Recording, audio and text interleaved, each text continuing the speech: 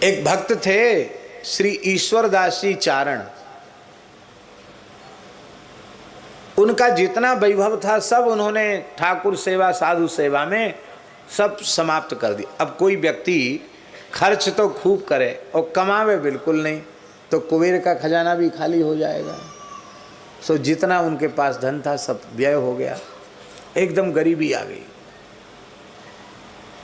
और उनके राजा यजमान थे, पर राजाओं के नहीं जाते, बोले द्वारकाधीश भगवान का दरबार छोड़ के किसके पास जाना, राम राम करना, भजन करते थे।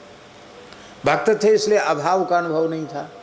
एक बार ऐसी स्थिति आ गई कि घर में 3 दिन तक चूल्हा नहीं चेता, तो उनके बालक रो रहे थे भूख के कारण। तो उनके भजन में विक्षेप हुआ। उन्होंने अपनी पत्नी से कहा, हे देवी ये क्यों रो रहे हैं, भक्तानी इनको चुप करा। और बोले महाराज बालकों को क्या ज्ञान ध्यान सुना करके चुप किया जाए, तीसरा दिन है भोजन नहीं मिला इनको, आप कुछ करते नहीं भोजन का उद्यम, आप तो खाली राम राम करते हैं। आप भगवान से प्रार्थना की, बोले भगवान से अन्न जल के लिए प्रार्थना हम नहीं कर सकते हैं।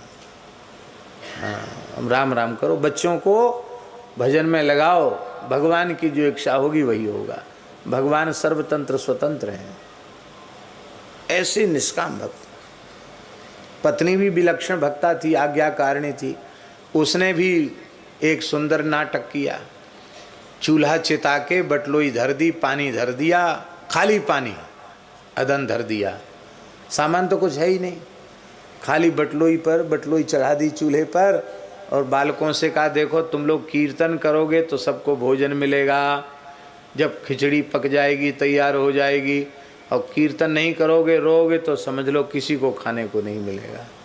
देखो बन रहा है ना, संतोष करो भजन करो।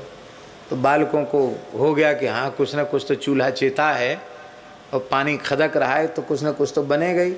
तो बालक सब कीर्तन करने लगे, श्री कृष्ण गोविंद हरे मुरारे, हे नाथ नारायण वासुदेव। ठाकुर जी रीझ गए। ठाकुर द्वारकाधीश प्रभु स्वयं पधारे चतुर्भुज रूप से, और आकर के ठाकुर जी अपने पीताम्बर में खिचड़ी का सामान लेके आए थे। ठाकुर जी ने घर में खिचड़ी बनाई। अब फिर बोले अब आंख खोल के जीम तो लो, अरे खा तो लो, बनाई हमने, खा लो खिचड़ी। ठाकुर जी गोद में बैठ गए ईश्वरदास जी की, कहा बाबा कुछ मांग लो, कपोल पर हाथ रखा। बोले नहीं कुछ नहीं चाहिए। बार बार कहने लगे कुछ मांग लो, हमारा दर्शन अमोघ है, मांग लो। तो उन्होंने कहा अच्छा एक बात बताओ, हम मांग तो लेंगे, मान लो आप कहते मांग लो तो मांग लेंगे, पर जैसी कृपा अब हो रही है वैसी कृपा मांगने के बाद होगी। ठाकुर जी चुप हो गए। समझ गए कि नहीं? अभी गोद में आके बैठते हो, हमारे गाल पे हाथ धर के बाबा कछू ले लो, ऐसे इतना प्रेम करोगे? फिर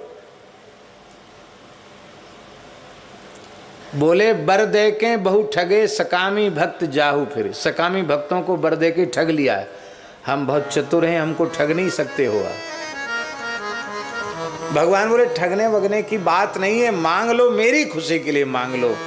तो आपने कहा कि यदि आप मांगने का ही हट कर रहे हैं तो आप यह दीजिए कि आज के बाद आप कभी भी हमसे यह नहीं कहोगे कि तुम हमसे कुछ ले लो, यही दे दो।